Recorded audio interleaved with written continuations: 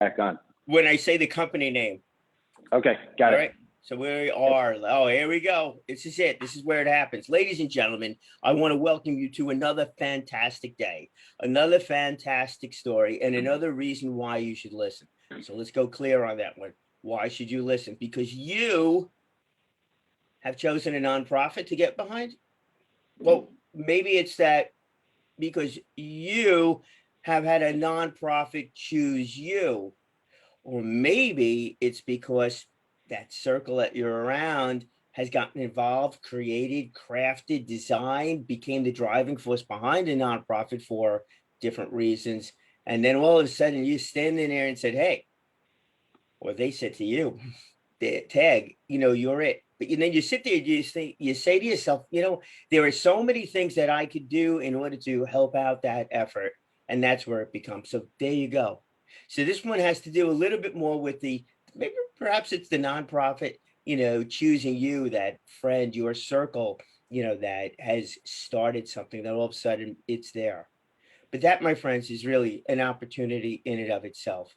It's an opportunity to do a few good things. One, it's always a nice neighborly thing to help out your neighbors. Two, is that you get a chance to share your expertise in a manner that is a benefit to everybody. And this all goes down to that branding issue also, right? We want to work with people that we know, like, and trust. Can't say that enough times. And we will hear that billions of times in all kinds of situations. I don't care who it is that you're working with, who it is you're being coached by, led by. You just know that, right? You just know from your own efforts when you're out there doing that whole thing. So how do you get a chance to know somebody? How do you know that they're a trustworthy individual? A lot of times it's by things that they do within their business. A lot of times it's by things that they do that are outside of their business that are made visible to them. Well, in the case over here with our guest, it's a combination of all of these things because he was neighbors with the Magros. He is somebody that is an expert in his field, and he is that good neighbor. He is the guy that decided to share his expertise to help out in a manner that helped out the Magro Foundation in a manner that was beneficial to absolutely everybody. So who are we meeting with today? Well, we're meeting with the company called Diray Media. His name is Tom Galati, and Tom brings a lot to the table over here that was a benefit to everybody. And Tom, I want to thank you so much for joining us here this morning. Thank you. Good morning, Brian. Thanks for having me. It is these things with the nonprofit community, and I'm a big believer, and I walk the walk also, big believer that, we should be involved in some community group, nonprofit group, whether it be medical or just community, whatever it is. Sometimes we strategically think out, all right, where can my business expertise be placed? Other times it's like, hey, you get the knock on the door. It's like, hey, Tom, this Right. is what we're going through. This is what we're doing. What do you think? And there you go. Yeah, no, you're right. And it's funny, I feel like it was kind of serendipity the way I got involved with the Michael Magro Foundation. Kind of, I believe things happen for a reason.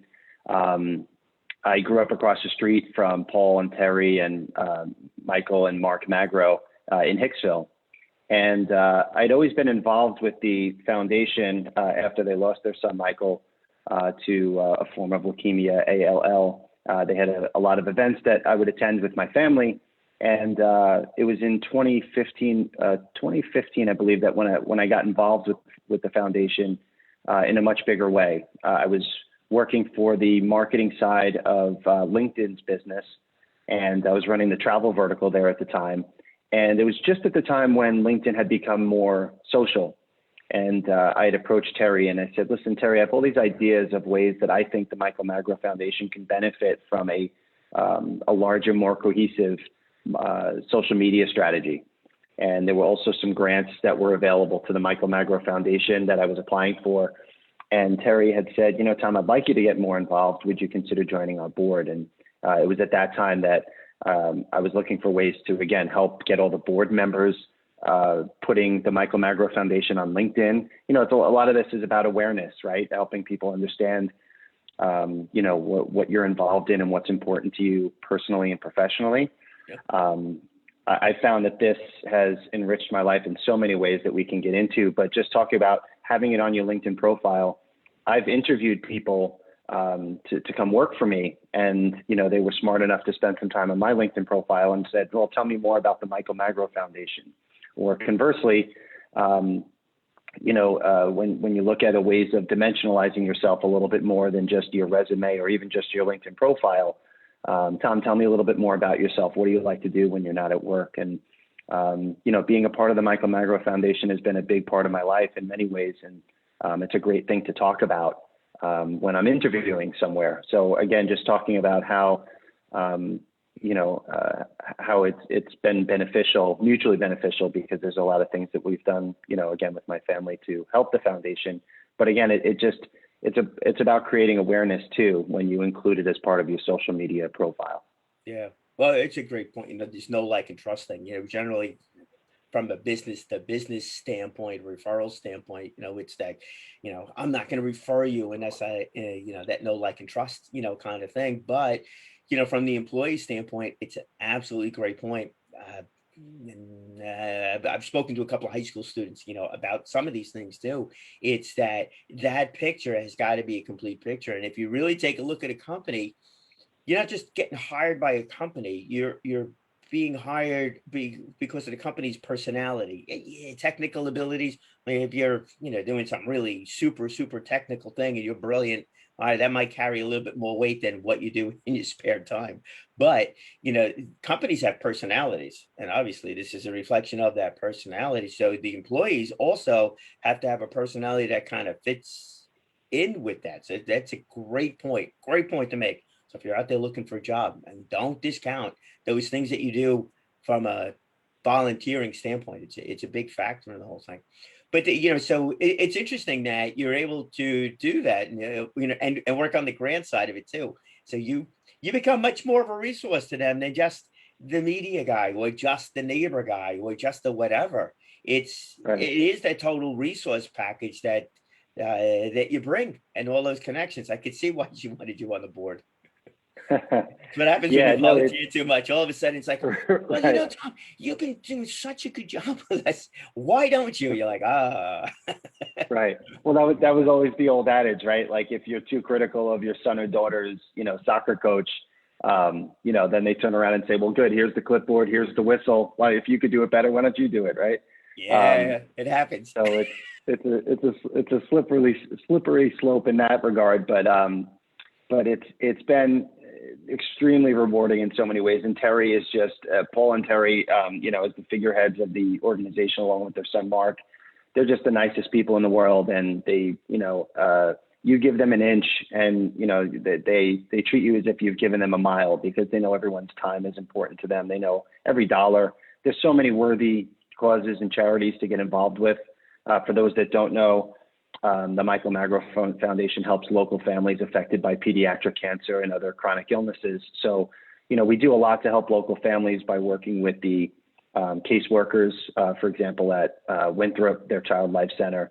They come to us and say, we have a family in need. They're having trouble making their mortgage payment this month, or putting a roof on their house, or they're all these surprise expenses that come up when you have a family member, or in this case a child, affected by something that you just can't prepare for this. You could have a reserve fund if your your hot water heater breaks, but the types of expenses and time off from work, is really something that you can't account for. So that's the mission of the Michael Magro Foundation, for those who don't know. Yeah, no, they're terrific the way they bend over backwards, but that bending over backwards that they do for the people that they serve, that the foundation serve, is something that they really do on the other side of it too, with the volunteers, with the folks that support financially, and also with time. They really get it, and it's fascinating, that they do. And it's great that they do, because they in turn will bring out the best in those volunteers to help out too. And again, it just helps.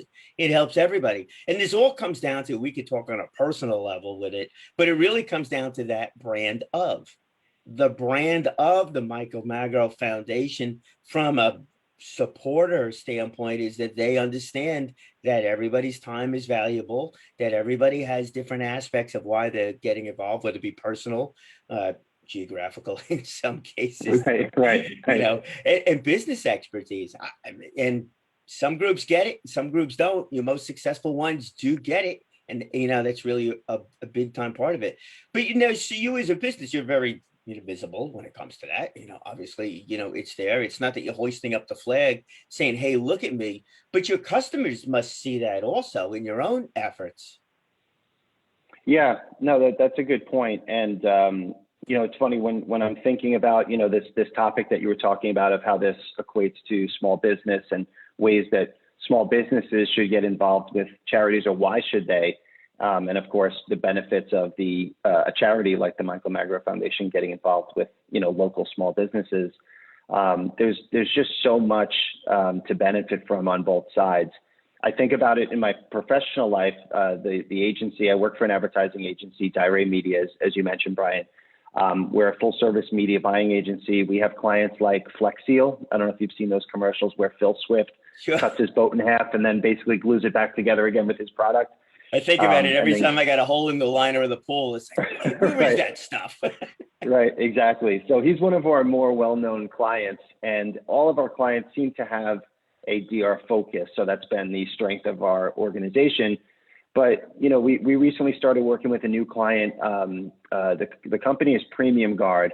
The product is Pure Flow. So this is the cabin air filter that filters the air coming into your car or truck. When the air, this is different from the engine filter. This is the air filter for the air that's passing through your heat vents or your air conditioning vents. I don't know if you, right. This engine is breathing, not the car engine, the body. Exactly. So sometimes you go get your oil changed, and the technician will say, "All right, well, we're going to rotate your tires, and you need a new HEPA filter." They'll call it that sometimes, and it's removing a lot of the allergens. Now it's important, for that reason. But what's interesting was they wanted to do some advertising because a lot of people don't know their car even has this. And then if they have it, they don't understand when it should be changed, which they advocate for about twice a year, depending on where you live. And it's only about $20. So they were starting this new direct to consumer model. They had been selling through dealerships and, the likes of Pep Boys and Advanced Auto Parts stores and some of those. So when we were doing this, he talked about, aligning with a nonprofit like the American Lung Association, because there's, benefits to your respiratory system by using a clean, fresh air filter in your car, especially if you do a lot of driving and you're in areas with high, pollen counts during those times of year. And we aligned him with the American Lung Association, and we put it in his advertising, in his television advertising, that $1 for every unit was being donated, with a minimum, I think, $100,000 investment annually. And, it made a nice impact, and people referenced that when they would reach out to him and say, "Oh, it's nice that you're donating to the American Lung Association. My father had emphysema or lung cancer," things like that. So, people take notice to that, and I think it helps. You think of other brands doing it, like, where it's just part of their company, like, Tom's shoes, where, every pair that you buy, they're donating a pair to someone in need, or socks. There are sock companies, I think Bombas is one of them, where, you buy a pair of socks, they donate a pair of socks. So I think there's that, feel good movement, or like you said, a personality behind the company. If you talk about a company like Tom's, I think people are, automatically going to have at least a positive connotation to, "Oh yeah, that's good. They do something really nice," in addition to having nice shoes at a good quality for a decent price. I feel like I'm doing something good when I work with them. So I feel like there's that whole connotation that goes along with doing business with a company that does good. Yeah. Oh, I think it's incredibly important. I may be a little bit more sensitive. I mean, you would be too, as a board member of a nonprofit, and those that understand that aspect of, life throws monkey wrenches into quite a few different things out there. So yeah, where you could help out people, you do.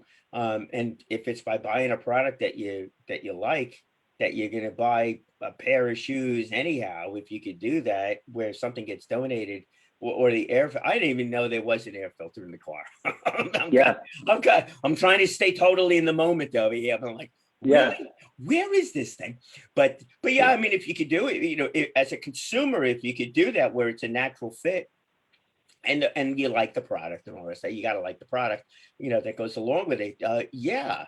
That kind of, and it shows the personality of the company. We'll throw the branding face on over here. It shows the personality of the company. Oh, you know what? It's not just about that. Or even these companies where that the employees are part owners or tied in with the ownership and everybody benefits. Well, you could see that when you're walking in the door there. But I'm sure you could also see that when you're walking in the door, or feel that when you're walking in the door of a company that's really tied in with a cause. We'll look at a cause. It's important. It's just incredibly important, as that goes. And I'm sure people see that with you too. And it just flows off. Yeah. And even when you're doing these things, I mean, it's a nice, as a media company too, it's a nice little thing. Yeah, we'll figure out what nonprofit makes sense. Right. Let me ask you, we got time. Do you have that conversation with companies about the idea or the importance of affiliating, supporting, or whatever with a nonprofit? Yeah, it's funny. It's not part of our regular, because I think it also has to be a natural flow, right? And I think it doesn't come up as often, perhaps as we'd like, with our agency, because a lot of our clients are DR focused. So they're just all about selling widgets, whether it's finishing touch flawless, copper fit, Flex Seal, like I mentioned before, Pure Flow. Pure Flow happened to be a great natural fit. So that made sense. Again, I think it has to be, I think for clients where they're saying like, hey, look, we're trying to elevate our brands. We're trying to, generate awareness about who we are and what we do and what we stand for. I think for those clients, we would always advocate for aligning them with with a nonprofit.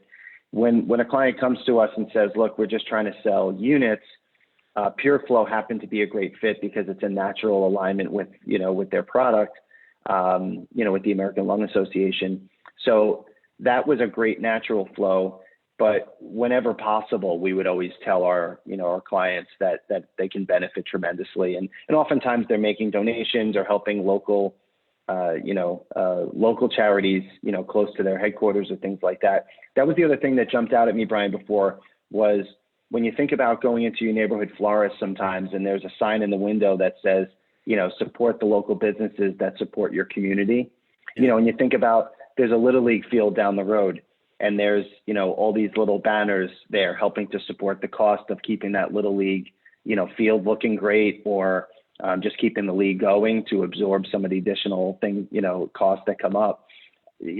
I think it's very important. There's a neighborhood hardware store that I try and frequent because they help, our local school, and they're, a nice local family that runs the hardware store. I go there whenever I can in lieu of Home Depot, because again, I feel like they're a big part of our community and they help our community. And I see their ad in the church bulletin and things like that. And I'm like, you know what, they're helping for, they're part of the lifeblood of our community. And I feel like I would like to patronize them whenever possible. So I feel like people are cognizant of that. I know I'm not the only one who thinks that way. And I feel like when you get involved with a local Little League even, or your local school district, and, you get involved that way, I feel like that goes a long way too. And people remember that. Absolutely. So I started doing this, program a year and change ago, soon after the pandemic started. And there was a lot of companies that I saw that were really bending over backward, restaurants mostly, that were really bending over backwards to kind of figure out how to operate with this whole thing. But the food that got donated and the coordination within some of these downtown areas or strip malls, whatever, that got coordinated amongst the different restaurants and different community groups to donate food over there. Yeah, and I was like, it was just incredible what they did. But back in my mind, I'm thinking too, it's like, how important is that going to be for, for their image? And I know that I've kind of gravitated toward those places that did that kind of a thing. And I don't mean, doing this. I mean, I'm talking about, just going out and, when we use, the takeout stuff, Right. and going to those places, because it It was just good. I mean, it was just really good. And they never made a big deal out of it either. It's just Right. by accident. Again, a little bit more sensitive to it. So I saw it, but it's there. But all those little signs in the window, there's a bunch of banks that support one of the book fairies, right? They said these little drop-off things. All that stuff is so important. It just really is. Yeah. Yeah, no, I agree 100%. And you just think about, again, how, there's restaurants that we support that have been involved in there's an annual tasting event for the Michael Magro Foundation, where a lot of restaurants donate their food and time to come there. And, me and my family, we like to, support those restaurants because they're donating thousands of dollars worth of food and their time to be there that night. And, I feel like it should go both ways and make them feel like, the work that I'm doing to help this charity, it comes back to me, and you would hope that it comes back, tenfold, when you're at an event like that with, almost 1,000 people. But, I'm a firm believer of that. And I think people remember, the brands that are doing good, and especially helping your local community and a charity like the Michael Magro Foundation. Yeah, it just works all around. And, going back to that grouping of people, right? We all want to be around those that we know, like, and trust. And this is a part of it. Yeah. It's not just the people that were around. It's not just the board members, those that support the nonprofit. It's the business that we're going to. If you're going out to eat, why would you not want to go, assuming that you like the food and it's where you want to go, right, that kind of stuff. Yep. But why would you not? Why would you not do that? It's just it's a nice conversation too. It's like, hey, I saw you, right. at that feast event. We're going to change the name of that, by the way. The feast Right. event. And you got to get somebody who sells stretchy pants to support that thing. Yes, exactly. Right. And they get all the weight loss groups in there after the fact. Yeah, right. Yeah, true. There's a lot of great sponsorship opportunities there. Yeah.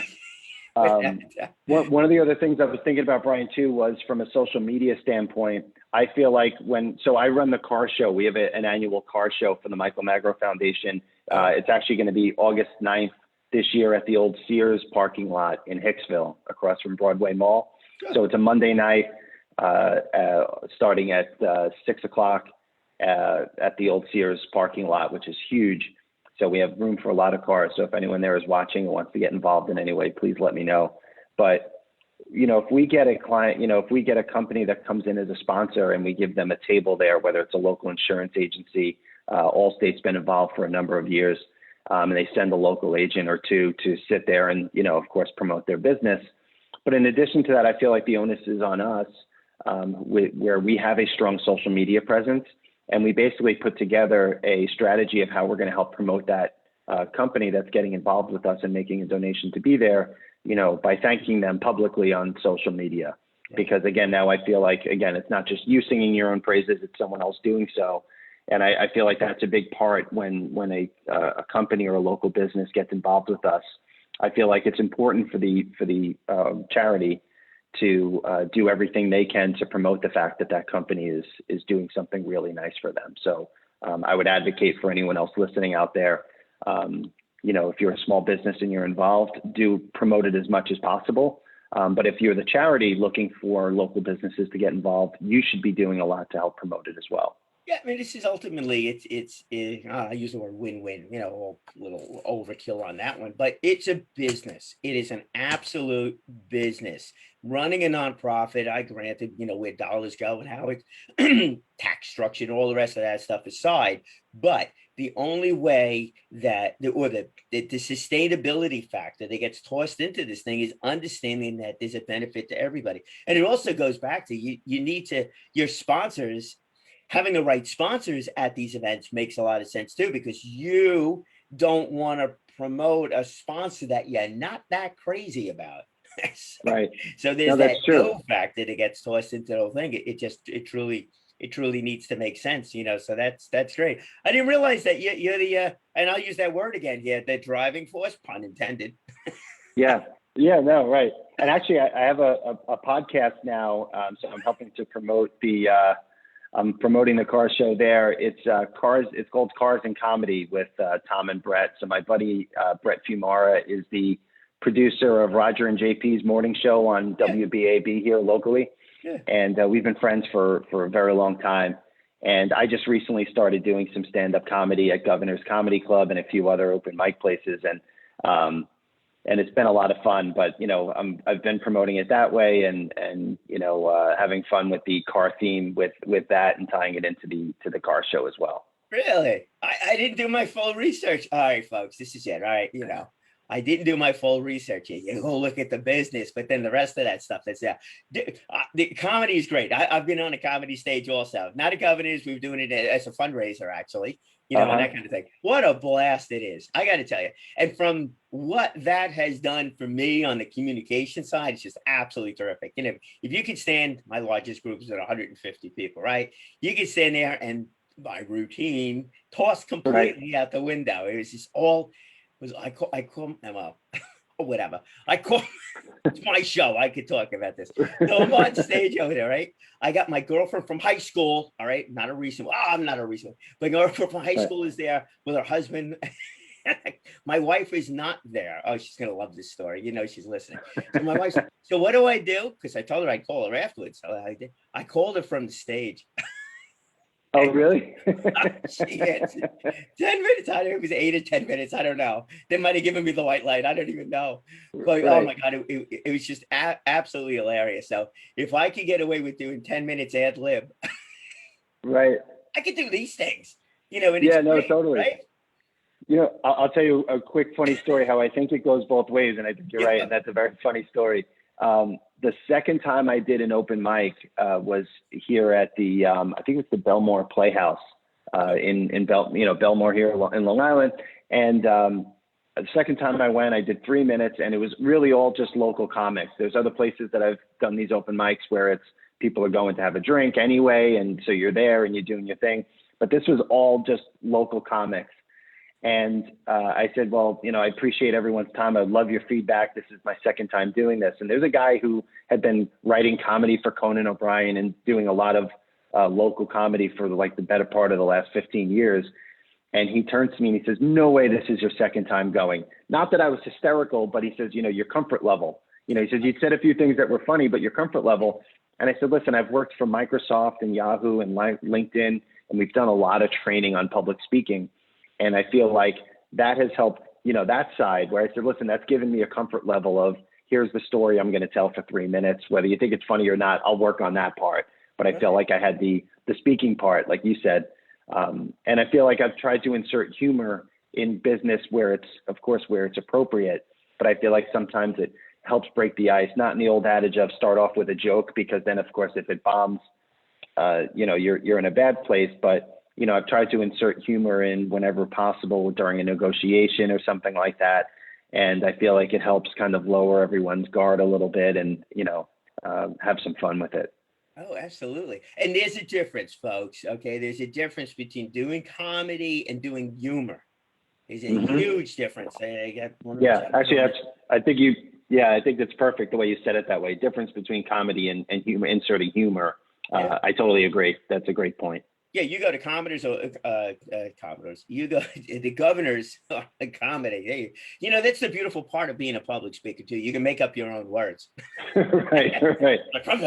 You know, but right. If you're in a comedy club, there's a certain level of language that one can do. And sometimes it's appropriate to do, not to do. I was doing nonprofits, so that I didn't have that, you know, language kind of a thing. So the way I was looking at it was just a funny speech I was hoping to, you know, come across with, you know, that kind of thing. But yeah, you never know. But being able to live in the moment, you know, that really is just like so important. Unless, of course, you're thinking about where this air filter is inside the car that I'm supposed to change twice a year that I don't even know it exists. Right, totally. Yeah, now when I'm going to get in the car, like, where is this stupid thing? Yeah, totally. I'll give you a quick funny story where I was on the phone with someone trying to close them on a sponsorship of something I was doing. This is years ago when I was at a tech B2B publishing company.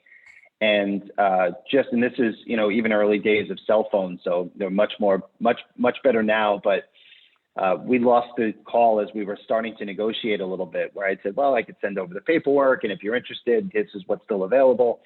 And the call cut off. And so when I tried him back a minute later, he said, okay, where were we? And I said, oh, I think you were you were telling me where to send the paperwork because you were ready to sign the contract. And he starts laughing and he says, all right, he says, I'll give you something for, adding a little levity to this, but here's what you need to do before I'm going to sign the contract. So it kind of just laid it out. And he said, you got to come do a little better on the rate. You got to give me a little bit more or something else. He says, and then I'll sign if you do those things.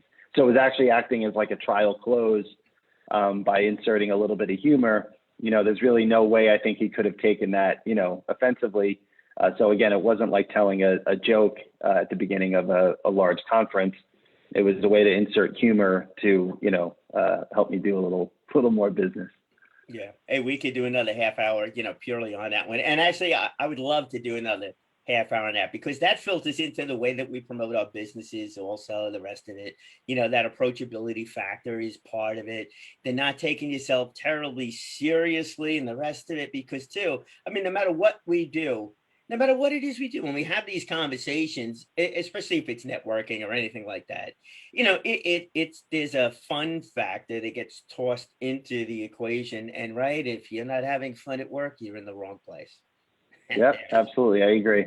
And there is that. So another benefit of being involved with the foundation, you get a chance to show off your hobby there a little bit too, with the cars and the comedy.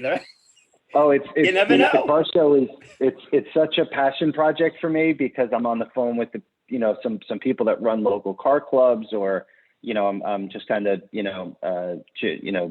talking about the industry and all those things. So it's just when I asked Terry if I could take over the car show, it was something that was being done at the Westbury BOCES, where her husband Paul was teaching culinary arts, and so it was kind of like a grassroots thing that started there as part of their. They have to do a public service project before they graduate, and so the guys in the taking the automotive classes there said, hey, let's do a car show. They're learning welding and other things like that there. And so they started the car show with a car wash, and it continued to grow. And then I took it over a couple of years ago and started adding sponsorships and getting a lot of really big car clubs involved. And it's been an awesome, passion project for me, because it just combines everything that's important to me in my life right now. And my whole family gets involved, and they bring their cars. I have a lot of friends, a family that have cool cars, and they're there selling raffle tickets and walking around. And my daughter, who's 11, Vanessa, she sets up a craft table for the kids that usually have a car theme as well. I always felt like when I went to a car show, if there were things for my kids to do, I stayed longer and ended up spending more money there, whether it was, okay, let's stay and we'll have hot dogs. My kids want to stay and do more here. So we always tried to cater to that, because then they're more likely to stay for the drawings, and the raffles and things like that too. So, yeah, so it's great that everyone, that's close to me gets involved in that. I think that's phenomenal. So put up the link for that one. We actually got to get done over here, because, this is the beauty of not doing TV, right? We get half hour plus on the whole thing. But again, another conversation to keep going. I was involved with a car show as a fundraiser. Last year we got a road rally coming up. This year too. But also the idea of the drag strip out in Riverhead, that's kind of taking fold a little bit more so. So I'm sure you got quite a few enthusiasts that would probably love to get involved with something prior to, because of that. We want to talk about image. That's a big deal, on this one, about what is the image of a drag strip, and the rest of that goes along with it. So there's a lot of misconceptions there. It's a fantastic family event. Great. Anytime I want to race, just great stuff. All right. So Tom, how do people get in touch with you? And when you put the coaching hat on, not just the media sales hat on, but that coaching hat that goes along with it, it's a picture. It's a full picture, folks. It's the full picture that you want to have presented out there, not just product all the time. Sometimes there is, but it's not just product. And if you're talking branding, it's not just product, it's you.